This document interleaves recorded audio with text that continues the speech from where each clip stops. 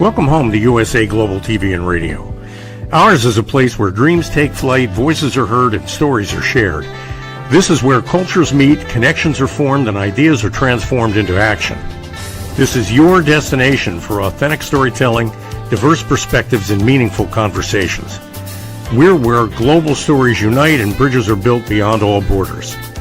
Discover our world of education, entertainment, hope, and inspiration. Together, we're building bridges worldwide. Subscribe to our USA Global TV channel and download our USA Global TV app. Be our guest or join our team.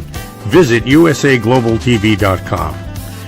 With heartfelt thanks to our executive producer, Dr. Jacqueline Kerbeck, music scored by Yifei Tang from Cloud Road Music, creative direction by Paul Garcia, and I'm Al Cini, and I'm very proud to be part of the USA Global TV and Radio family.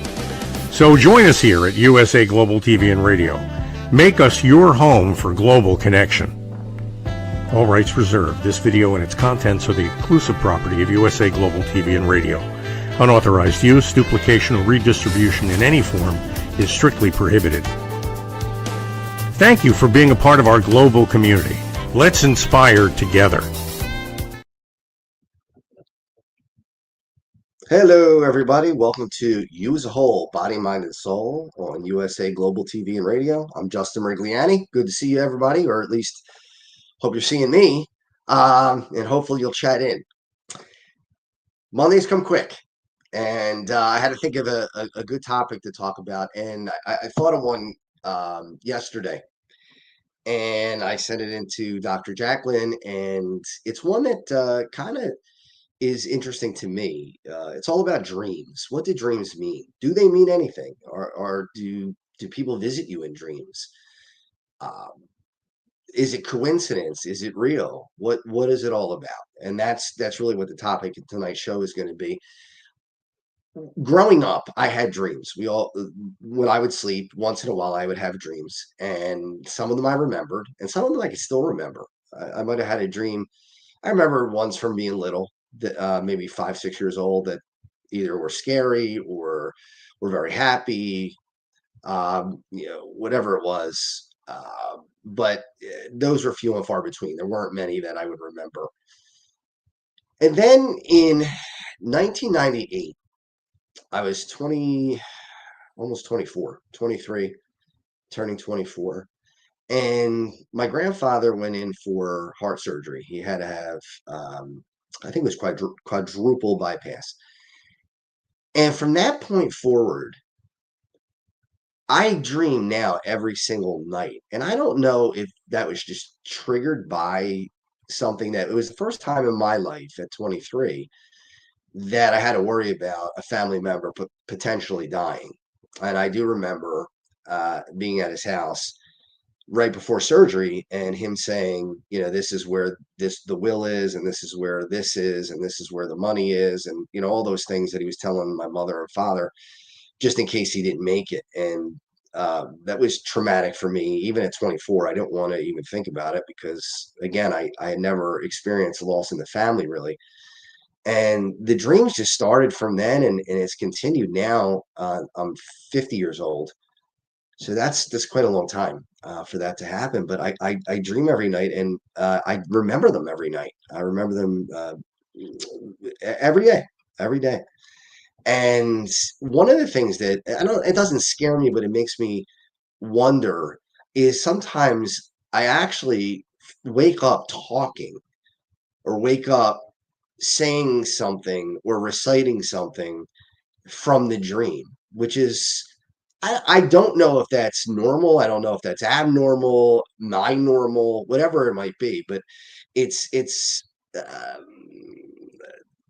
comforting and worrisome at the same time. It all obviously depends on what the dream is.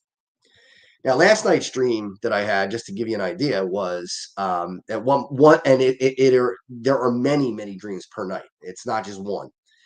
But one part of my dream last night was my brother and I were kids, and my brother was being attacked by a dog, and I grabbed the dog, and I was holding it by the collar, and the dog was still trying to go after my brother.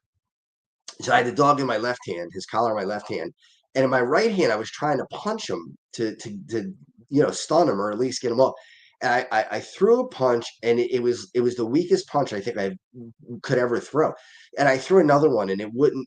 For some reason, my arm was moving in slow motion. I couldn't actually haul off and really hit that dog hard because, and I was like, why am I having so much trouble punching this dog? And I woke up, and I have a body pillow that I hold on to for just to feel more comfortable sleeping. The way I'm built, I'm really round, so when I'm on my shoulders, it's sore. So I like to have a body pillow that I can hold on to and put between my legs, and my hips feel good with that. And anyway, I had this body pillow, and I woke up pounding it. I threw about 4 or 5 punches that I can remember on this pillow, and then I came to and thought, wow, what, this has spilled over into real life. What just happened here?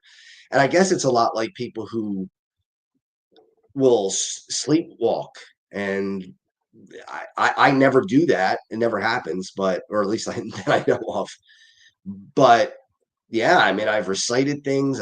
Last night it got physical with a pillow. Thank God it wasn't something that was I hit a person or anything like that, and it wasn't violent, but it was more of a reaction to something that was scary. Now, other dreams can be euphoric. I have dreams about relationships that are just incredible. I don't think when you can, one of the great things about having your first love is that it's your first love, and you can't replicate that. It's a one-shot deal. You get to enjoy that, and that's the beauty of it, that you only get it once. The sad part of it is you only get it once, so you never relive that. So it's a double-edged sword. Now, people say this about the Stanley Cup in hockey. One of the great thing, one of the Wayne Gretzky, one of the greatest hockey players ever, said one thing he wishes that is that every player who played in the NHL would win a Stanley Cup to know what it feels like. But at the same time, the whole reason why it's so special is because not everybody gets the chance to win a Stanley Cup. And I equate that to what first love is. You get that first love, and it's euphoric. It's something that's beyond what you can imagine. And then after that, it's not the first one anymore. So I have dreams of relationships that are euphoric, like the first time I fell in love with someone in college. And it's just a great feeling. And then you wake up, and I don't know how I feel. I feel some ways, wow, that was great. In other ways, it's a little disappointing to know that you're not in the situation that you just dreamt of. That's just not reality. It's a little bit of both. I had a dream in 1997. 1997 was a terrible year for me. Terrible year for me. It was my senior year of college, and nothing went right. Everything went wrong. Oh, Dr. Jacqueline just put in a chat. Let me see what it says. I used to have dreams for years that something was chasing me and I couldn't speak. I've had those too. Yeah, I've had those too. I tried to yell, but nothing would come out. I'd wake up sweating. Finally, the dream stopped. I looked into it, and apparently I felt I was not being heard in real life. That's a great point, and that's what we're trying to figure out today. What is the subconscious meaning of these dreams? So Dr. Jacqueline being chased and not being able to speak was a product or a byproduct of her not feeling heard in reality. And I think that's what a lot of these dreams are about. They are about what we feel that we just don't think about or verbalize while we're awake. It happens while we're unconscious. And you got to remember one thing. We talk about subconscious and unconscious. There are two different things. Unconscious is when you are not thinking, when you're not awake. So when somebody says, I unconsciously uh, uh, opened the wrong bottle, or I unconsciously sent an email to the wrong person. No, you didn't unconsciously. You subconsciously did that. Unconscious is when you are not conscious. That's the difference. It's a little pet peeve of mine, to be honest with you. It's something when people say I did this unconsciously. No, you did it subconsciously, not unconsciously. Unconscious is you're not awake. You're not conscious. But the unconscious brain, and I am not a neuroscientist, I'm not a psychologist, I don't have any training in that. I only know what I know from what I've been through is that what happens in real life does surface in the dreams that you have. But going back to 1997, nothing went right. Nothing went right. I love college. College was great. I went to Cabrini College from 93 to 97. Was the greatest 4 years of my life. I enjoyed every second of it. It was one more shot to be a kid. It was one more shot to be euphoric and to everything's great because you're an adult and a child at the same time. You get to be both. You get to be both. That's the only time in your life you get to be both. I think childhood is wonderful. I think college time is wonderful. And adulthood is good, but it's never the same as what childhood is. I've always been looking and searching for that feeling again. And I haven't found it. I just haven't. Except for my kids being born. That would be about it. But that feeling of euphoria just doesn't happen, you know. Like when you're a kid and Christmas morning and you open up the gifts, that's euphoria.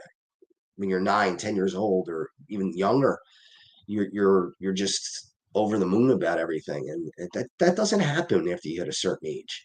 Or when you meet a hero. If I meet a professional hockey player who um, is a current player who's 20 some years old, I'm not awestruck rather.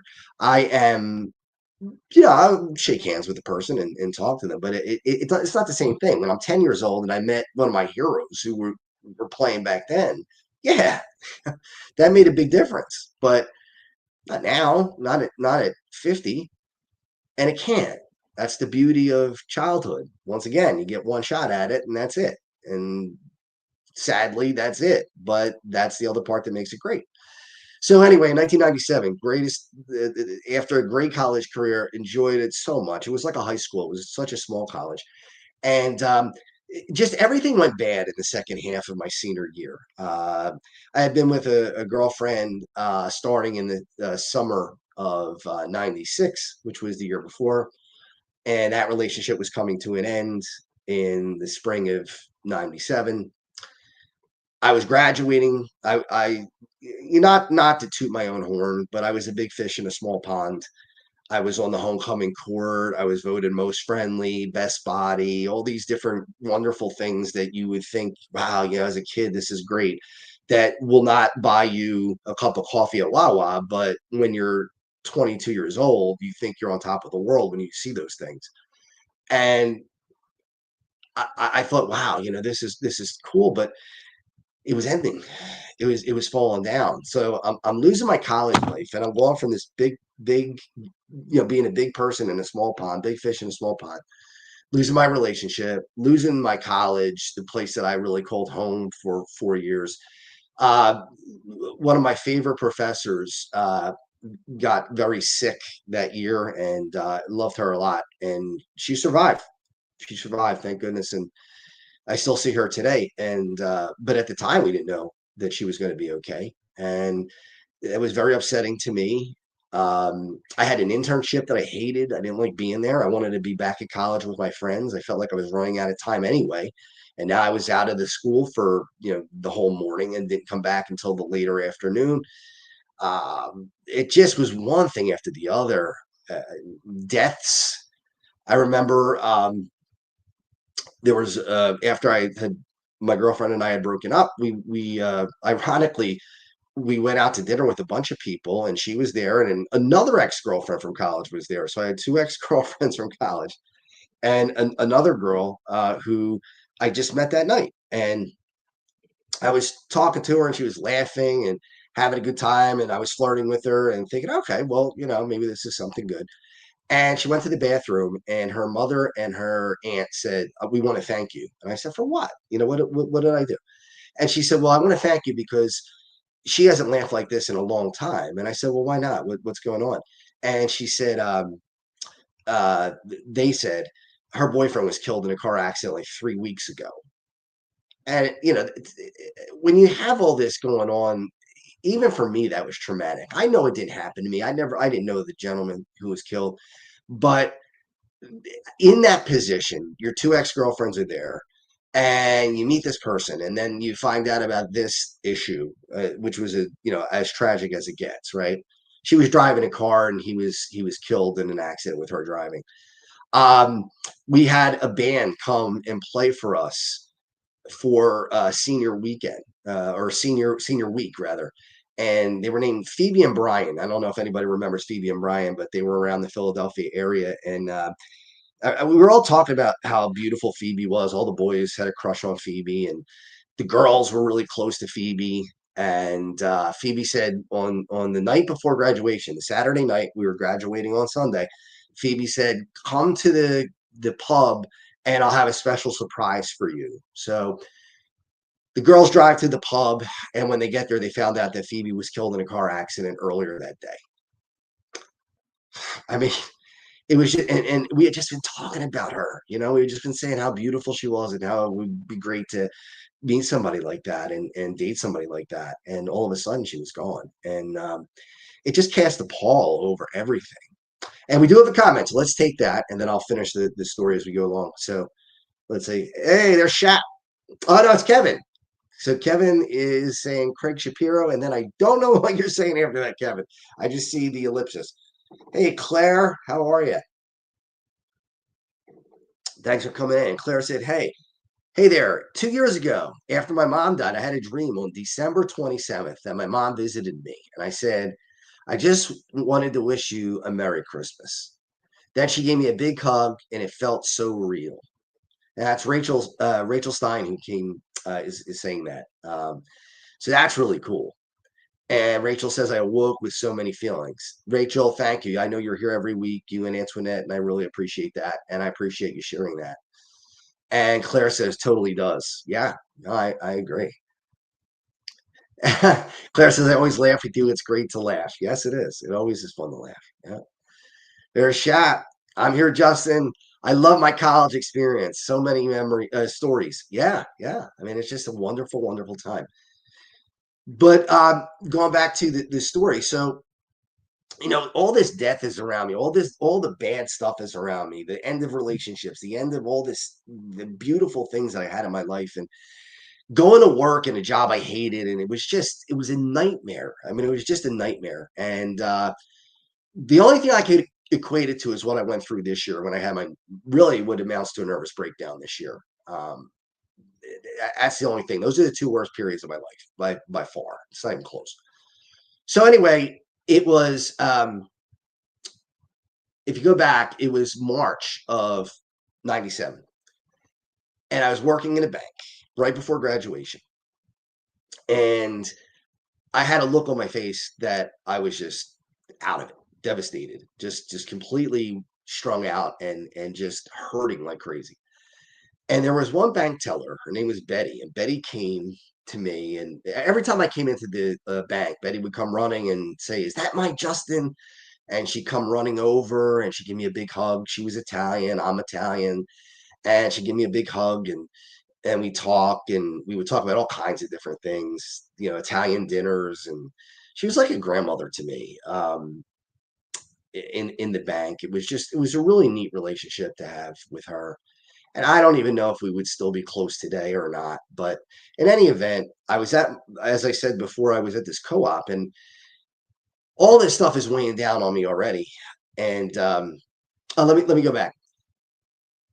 Betty on that in March, when she saw me so upset, she pulled me aside and she said, "What's going on?" And I told her, "Well, my girlfriend and I broke up, and I'm really hurting about it." And she said, "It's okay." She said, "Don't be." I remember the words, "Don't be sad or don't be blue.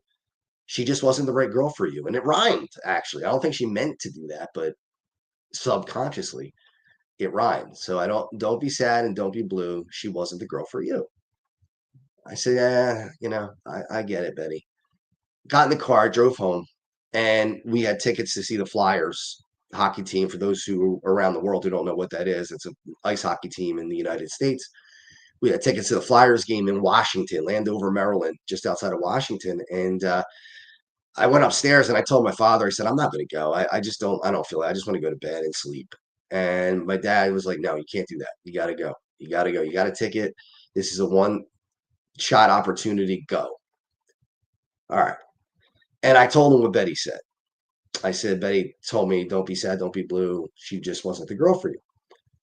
And my dad said, you know, Justin, that's a good friend. Somebody who's going to tell you something that may uh, not be something you want to hear, but something you need to hear. And I said, Dad, you're right. And I said, the next time I see Betty, I'm going to give her a big hug and thank her. So I went to the game. I took the ticket. I went to the game. I struggled. It was not easy. I didn't enjoy it as much as I would have, but I got through it. Next day was Easter, I remember, and we celebrate Easter in our family. And then about 2 weeks later, I'm at the co-op, and there was a message at the house to call the bank. No problem. I thought they wanted me to pick up another shift. I called the bank, and one of the tellers who I knew very well answered the phone. And I said, I think her name was Christine. I said, hey, Christine, how's it going? She said, Justin, I got something to tell you. And I said, okay, what? Do you need me to work or something? She said, Justin, I really, it's something that I need to tell you. I said, okay, go ahead. And she said, Justin, Betty was in a car accident. I said, oh my God, is she okay? And then she said, Justin, Betty died. And I remember my knees buckled. I actually remember my knees buckled and I fell into a chair and I could not move. I could not move. And I just sat there and it was just one more devastating punch. It was like I was ready to fall down in a ring, in a boxing ring. And I just took a Mike Tyson uppercut to the chin. And it was just like, that's it. I got nothing left. I'm done. And I remember bodily functions didn't even work. I tried to urinate, for instance, and not to be graphic, but it took me half an hour to do it, to try to urinate because my body literally seized. I just could not function. That's how bad it was. So fast forward, I'm a sentimental person.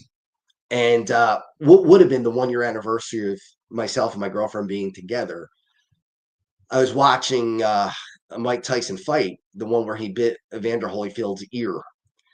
And I was watching that fight. I was laying in bed and I was crying and I was writing poems and doing all the stuff that young kids do when they're 22 years old, 23 years old, and struggling with something. And just was a miserable night. I just remember being just so out of it.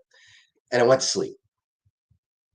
And in that night, at some point in that night, I was in the bank, and there's Betty in the bank. And I said to Betty, "What are you doing here? You're dead. Well, how are you in the bank?" And Betty looked at me and said, "What did I tell you?"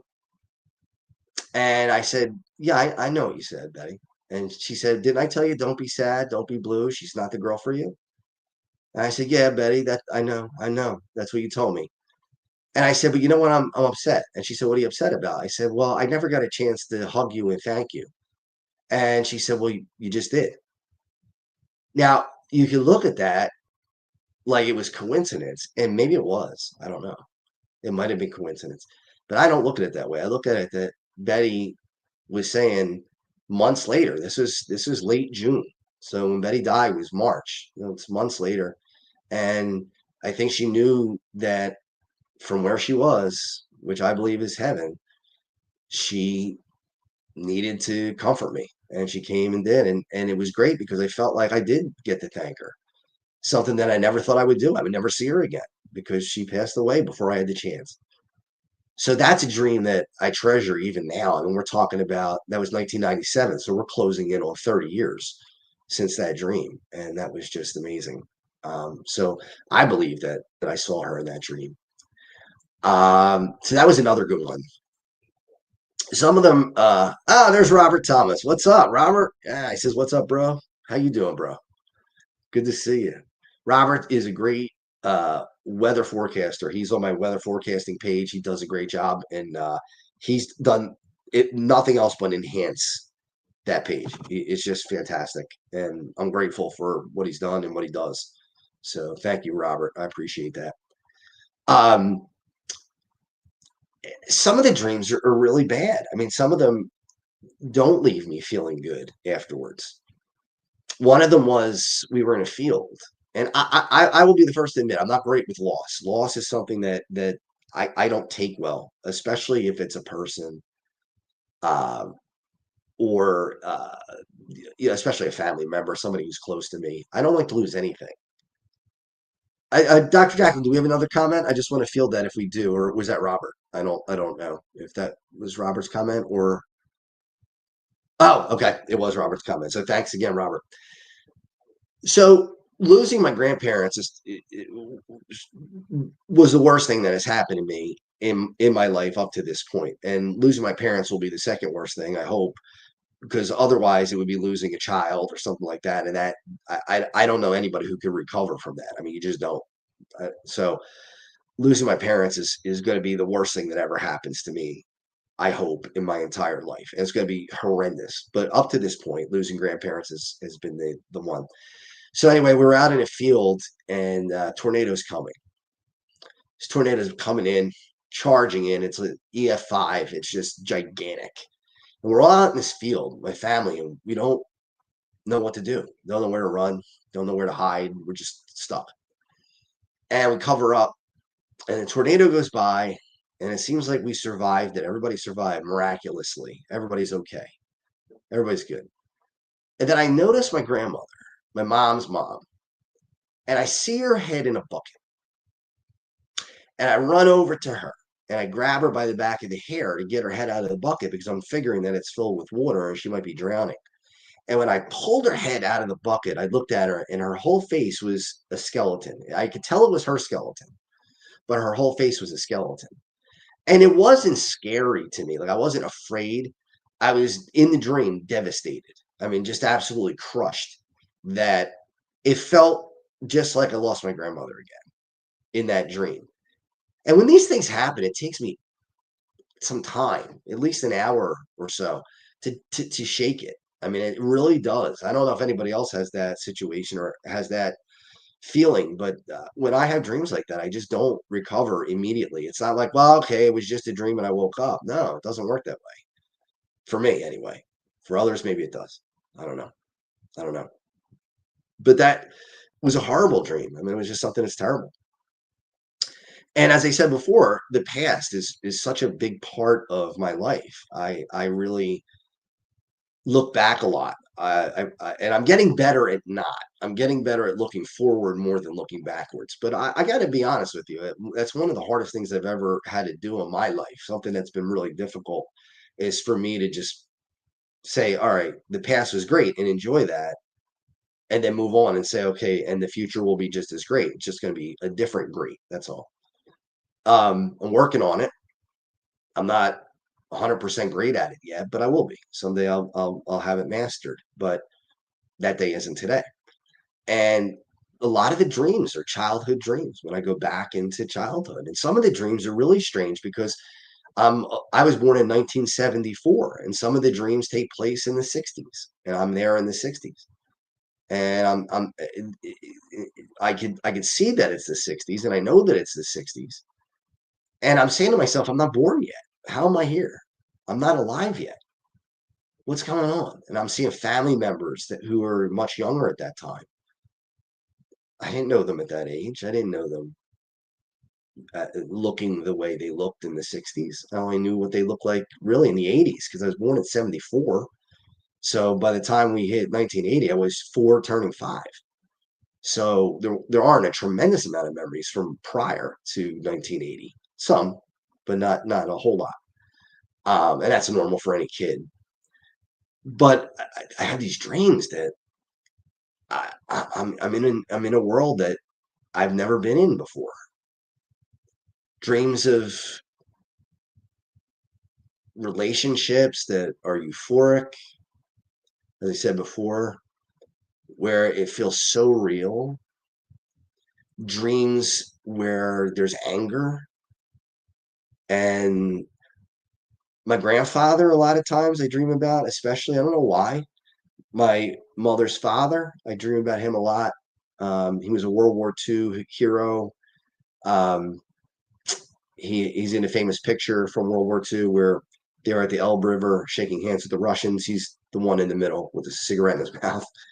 And he used to call me son all the time. And he would say, "Hey, son, you got to do this, or can you do that? Or, I'm proud of you, son." And, "Hey, son, we need you to do this." Or, now that's as I get older, right? When I was a kid, it was a little different relationship. It was more, him telling me what to do and all those things, disciplinary and a little bit.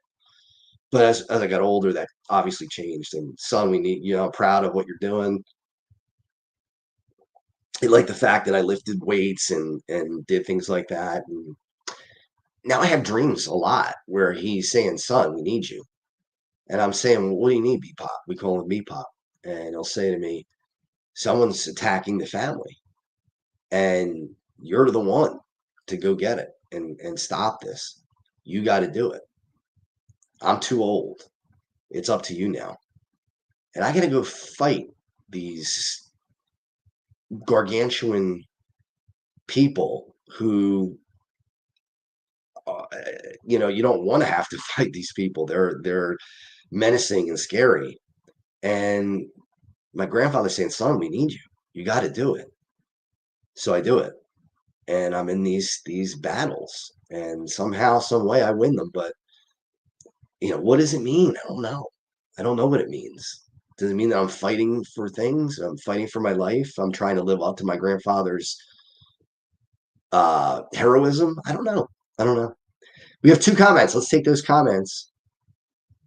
Tony, yeah, that's his name, Tony. His name is Tony Bamara, or Anthony William Bamara. And Claire saying, "Journal these dreams." Yeah, yeah. The funny thing is, I don't really journal the dreams, but they stick with me. They stay just so tight in your brain. It's incredible.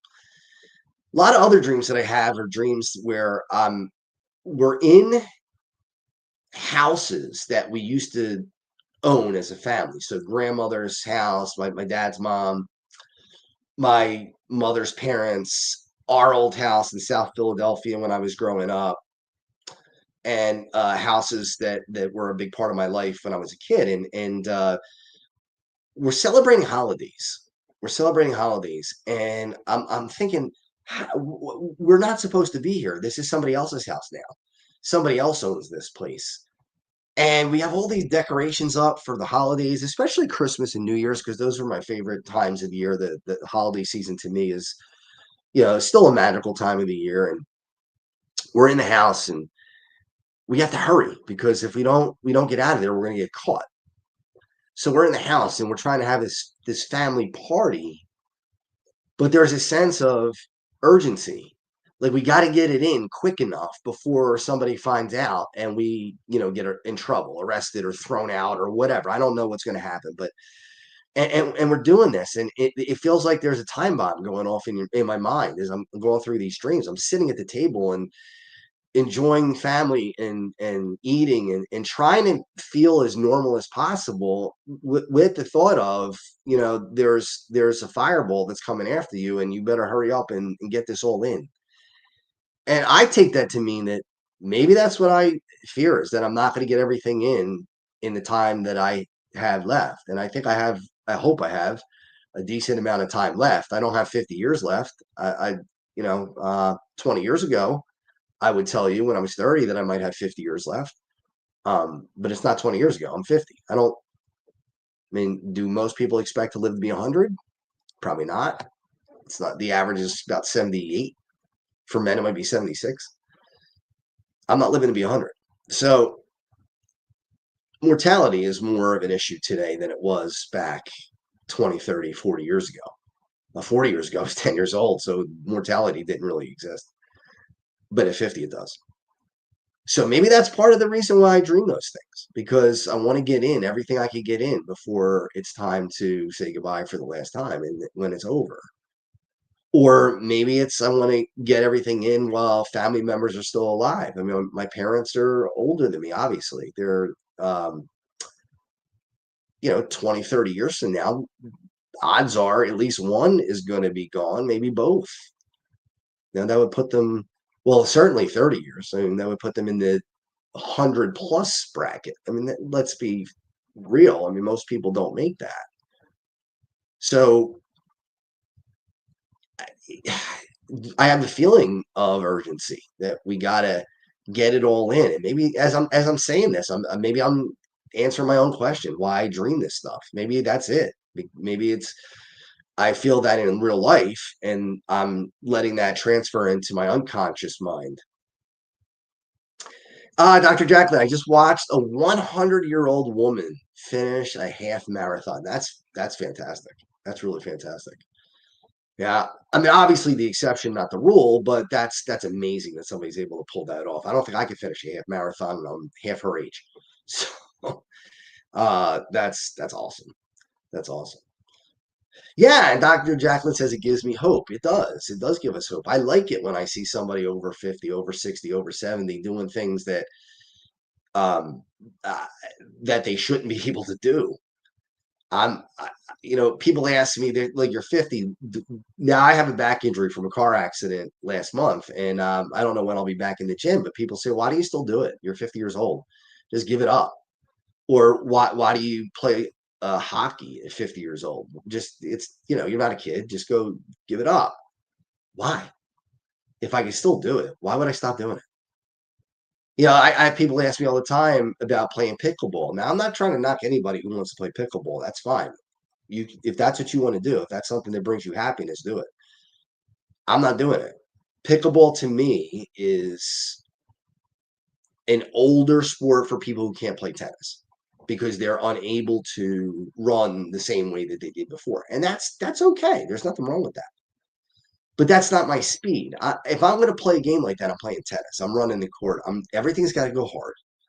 I don't go to the gym and walk on the treadmill and lift a little bit of weights. I go full throttle the whole time. I can't not. That's just the way I'm built. I just don't have the gear to say, well, I'm going to do this, but only just do it a little bit.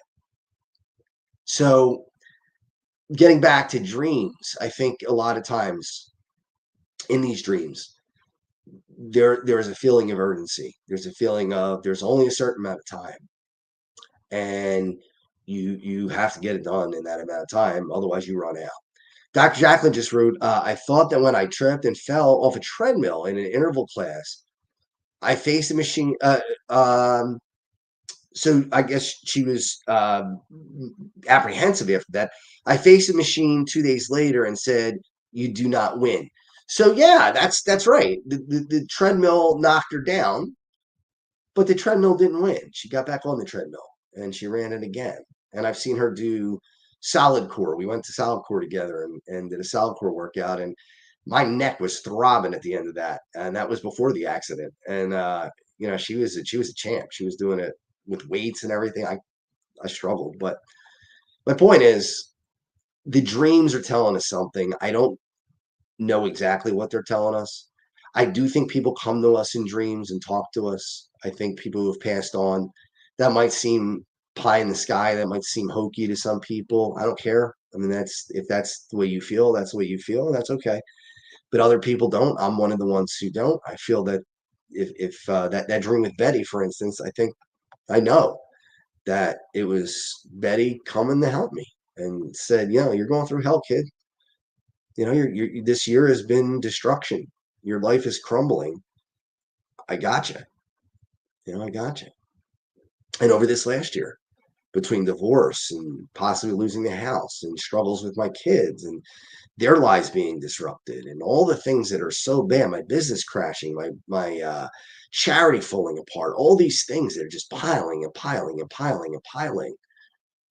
And I've had dreams where people come and say, things are going to turn around. This is not going to be the end. This is just an end to one thing. Was that song say every new beginning comes from one other beginning's end? New beginning's end. It's true. It's true. So I'm restarting at 50, but I think when I dream, even the bad ones, they're telling me a story. They're letting me know something, or it's something that I'm drawn to, something that I'm scared of, something that is comforting, and hopefully people actually who have passed on come to visit and say, I'm with you. I'm right behind you.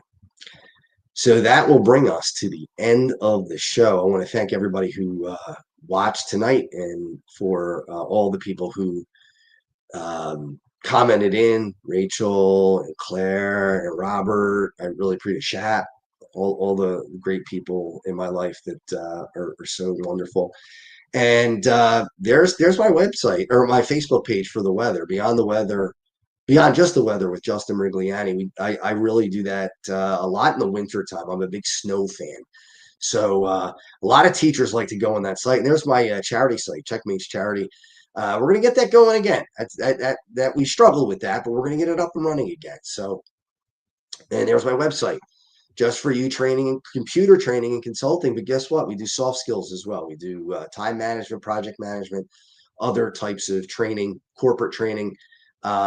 So I do individual training. If you want to come over to my house, or if you want to meet at your house or meet at a restaurant, I could do it anywhere, or we could just do it remotely. But yeah, reach out. I do consultation, all kinds of training, soft skills, computers training. So that's what I want to do.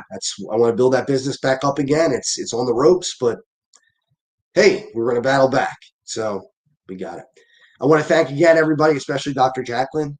And thank you for watching, and pay attention to your dreams. Maybe something's being spread to you that you haven't thought of. And maybe, as Claire said, journal them. All right. I will see you next week. I have a very special guest next week. We're going to talk about the Pelly Lindbergh movie that's coming up in November. So I have Charlie Min, who created the documentary. So you got to make sure you see that show. All right, everybody. I'll see you next Monday. Nestled in the heart of the Blue Ridge Mountains, the Horseshoe Farm has always been more than a destination. It's a living, breathing reflection of community, connection, and transformation.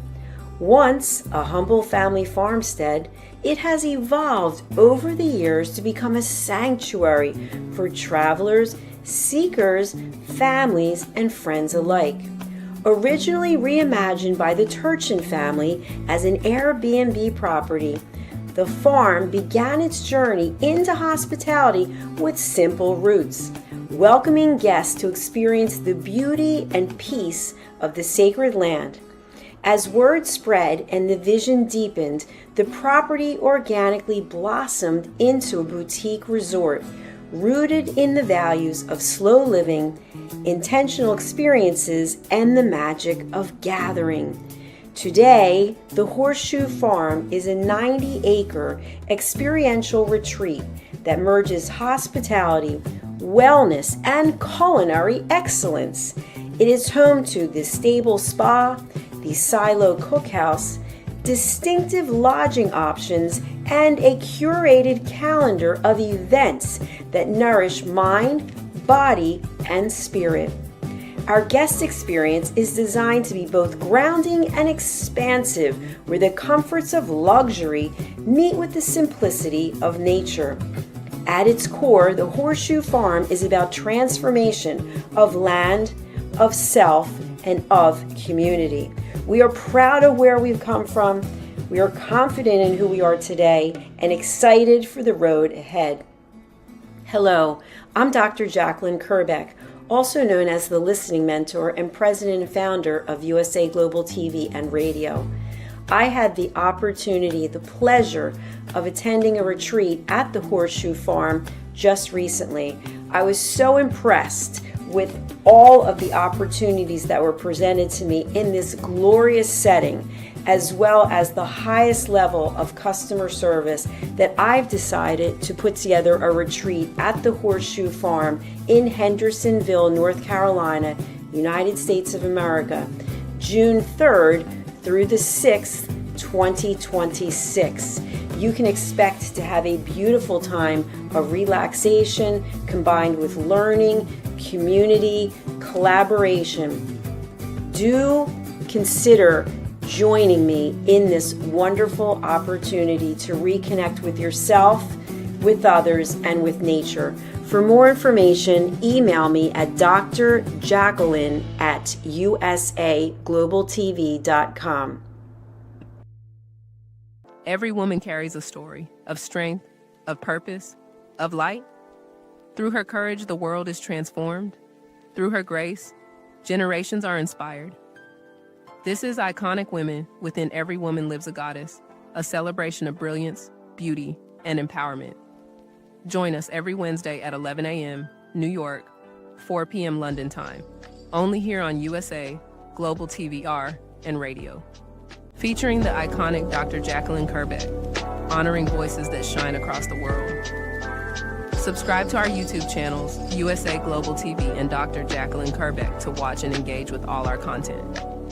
World-class education, entertainment, hope, and inspiration.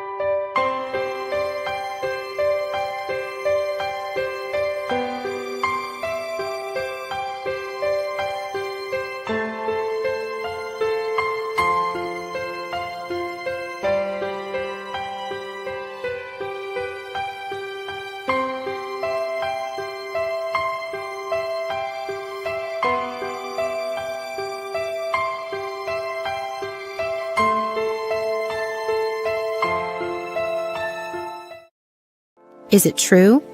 Is it kind? Is it necessary?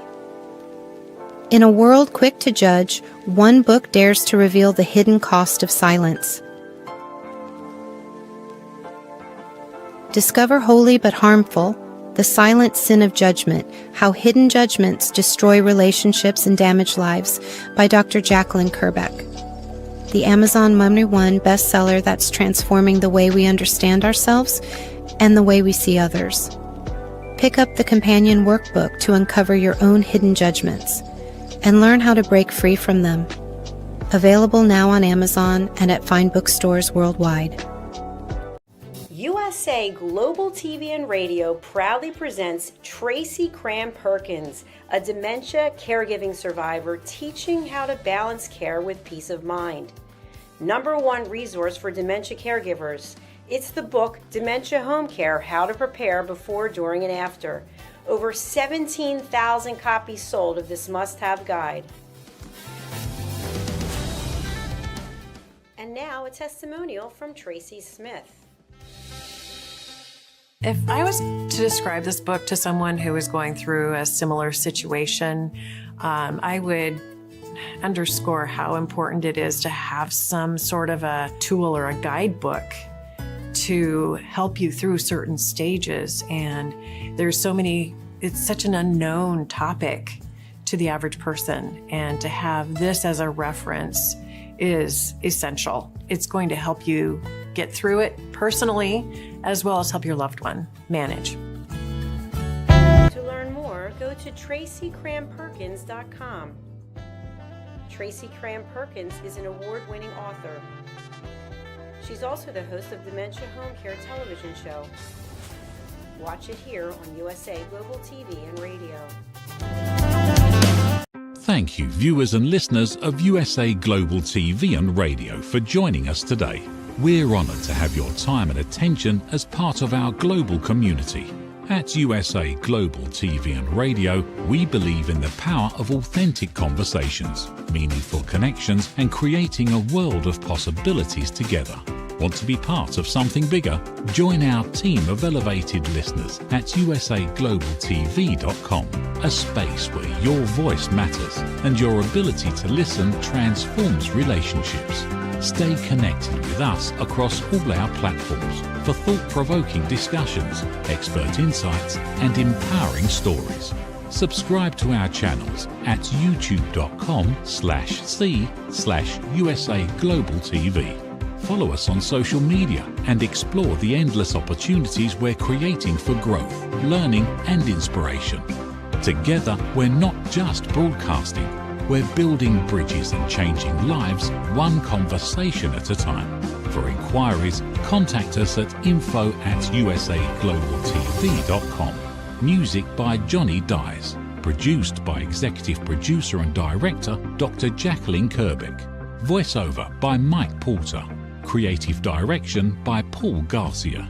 All rights reserved. Copyright 2025. Visit usaglobaltv.com to view our full terms and conditions.